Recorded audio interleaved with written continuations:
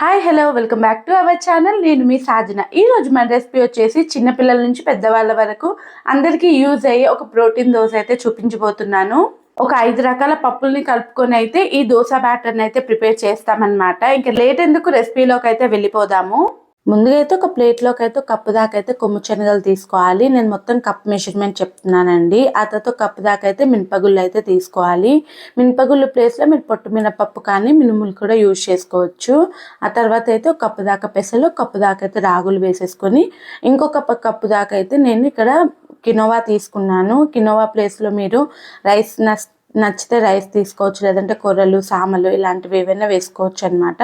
తర్వాత అయితే వాటన్నిటిని కూడా ఒక బౌల్లోకి అయితే ట్రాన్స్ఫర్ చేసుకోవాలి. ఇక్కడ నేను మీకు చూపించడానికే ప్లేట్లో వేసానండి. మీరు నార్మల్గా డైరెక్ట్ అయితే బౌల్లో చేసేసుకోవచ్చు. ఆ తర్వాత వీటన్నిటిని కూడా 1-2 సార్లు అయితే నీట్గా వాష్ చేసుకోవాలి. ఎందుకంటే రాగుల్లో ఎక్కువ శాతం మట్టి అనేది ఉంటుంది కదా, చెత్త అనేది. అందుకని 1-2 సార్లు నీట్గా వాష్ చేసేసుకున్న తర్వాత అయితే నీళ్లు వేసేసుకొని అయితే మినిమం 8-10 గంటల పాటు అయితే నానబెట్టుకోవాలి. ఇక్కడ నేనైతే ఓవర్ నైట్ అయితే నానబెట్టేశాను అనమాట. ఇంకా మార్నింగ్ కల్లా అయితే మంచిగా పప్పులన్నీ కూడా నానిపోతాయి. చూసారు కదా, చాలా బాగా నానాయి. ఇంకా ఈ నానిన వాటిని అన్నిటినీ కూడా మిక్సీ జార్లో వేసేసుకొని కొద్దిగా వాటర్ వేసుకుంటూ అయితే మనకి దోశ బ్యాటర్ అంటే ఆ కన్సిస్టెన్సీ అనేది వచ్చేలాగైతే మిక్సీ చేసుకోవాలి. ఇక్కడ నేను మిక్సీ జారే యూజ్ చేస్తున్నానండి. మీకు కావాలంటే గ్రైండర్లో కూడా చేసుకోవచ్చు. కానీ రాగులు అన్నిట్లో కలిపేసాం కాబట్టి రాగులు అనేవి మెదపడానికి చాలా అంటే చాలా టైం పడుతుందండి. అందుకని నేను మిక్సీ జార్ యూజ్ చేశాను. ఇలా స్మూత్గా అయితే దోశ బ్యాటర్ లాగా అయితే మంచి మిక్సీ చేసుకున్నాక దీన్ని అయితే గిన్నెలోకి ట్రాన్స్ఫర్ చేసేసుకొని అందులో అయితే కొద్దిగా సాల్ట్ని అయితే వేసేసుకొని మంచిగా దోశలాగా ఇన్స్టెంట్గా వేసేసుకోవచ్చు.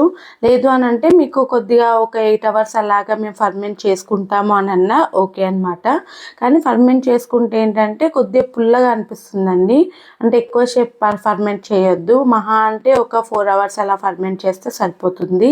లేదు అంటే ఇన్స్టెంట్గా ఇలా దోశలు కూడా వేసేసుకోవచ్చు అనమాట అప్పటికప్పుడే.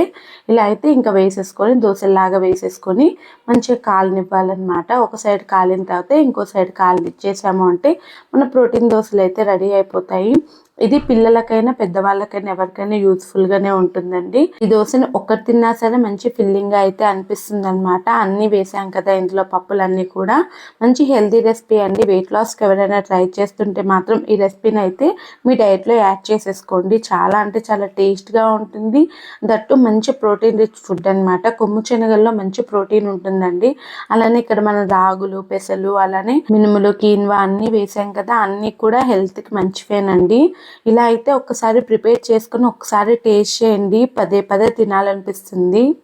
చూసారు కదా, చాలా సింపుల్గా ఉండే ఈ ప్రోటీన్ దోశని అయితే ఒకసారి మీరు ట్రై చేయండి.